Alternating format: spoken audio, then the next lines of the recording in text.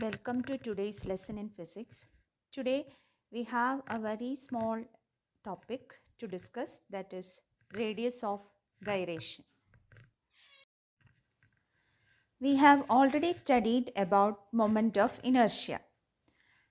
Actually, moment of inertia can be written as I is equal to m into k square.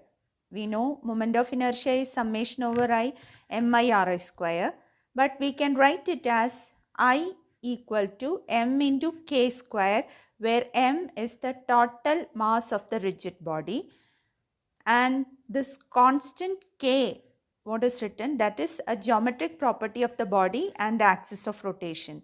That constant k is called as radius of gyration.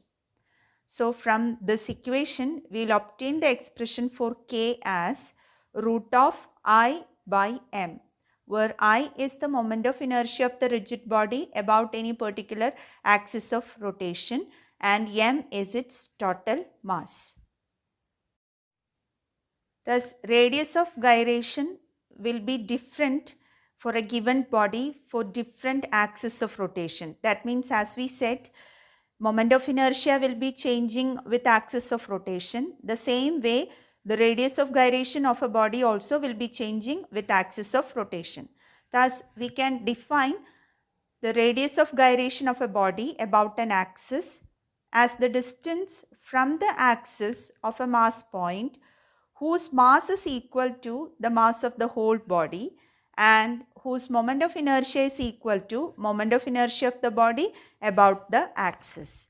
That means we are assuming the whole body to be as a point mass, and that point mass is circulating or revolving around that particular axis of rotation. And the body has the same moment of inertia, or that point mass has the same moment of inertia as the rigid body is having about that particular axis. So in that way, radius of gyration is defined.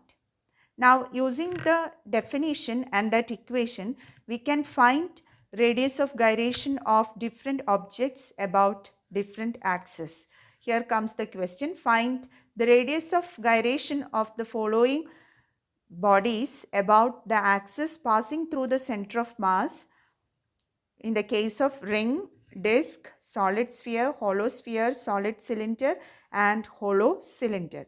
One by one we will discuss. First is the case with ring. We know for the ring about an axis passing through the center of mass, the moment of inertia is mr square. So using the expression radius of gyration k equal to root of I by m, we have root of mr square by m, that is r. That is, in the case of a ring about an axis passing through the center of mass, the radius of gyration is r itself. That means the radius of the ring. Now the second case, disc. The axis is the same, that means the axis passing through the center of mass. So we have moment of inertia as mr square by 2. So by substituting I value, we'll get k as root of r square by 2, which is r by root 2. Now going to the third one, solid sphere. For a solid sphere about an axis through the center of mass, we have moment of inertia I as 2 by 5 into mr square. So substituting the value of I in the expression for k root I by m, we have k as root of 2r square by 5 or root 2 by 5 into r. Now fourth case is hollow sphere. For hollow sphere about the center of mass, that means about an axis through the center of mass, the moment of inertia is 2 by 3 mr square. So we have k as root 2 by 3 r. Now hollow cylinder about the axis through center of mass, we have I is equal to mr square. So we get k as r itself, that is the radius of hollow cylinder. In the case of solid cylinder, moment of inertia, it is mr square by 2, which gives radius of gyration as r by root 2.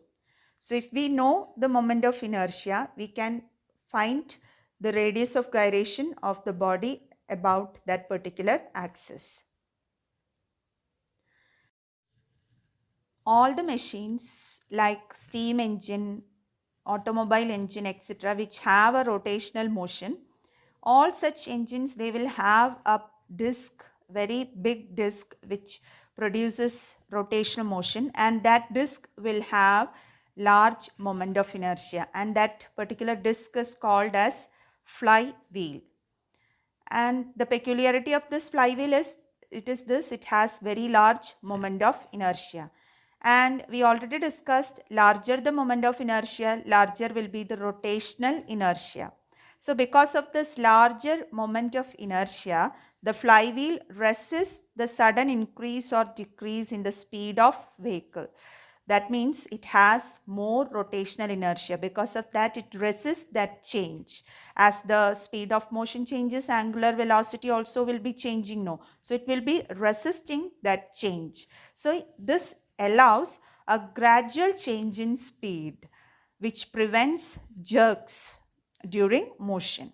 So it ensures a smooth ride for the passengers on the vehicle. So in almost all the vehicle, this part is called this part is there, which is called as flywheel. So with this we conclude today's lesson. Thank you.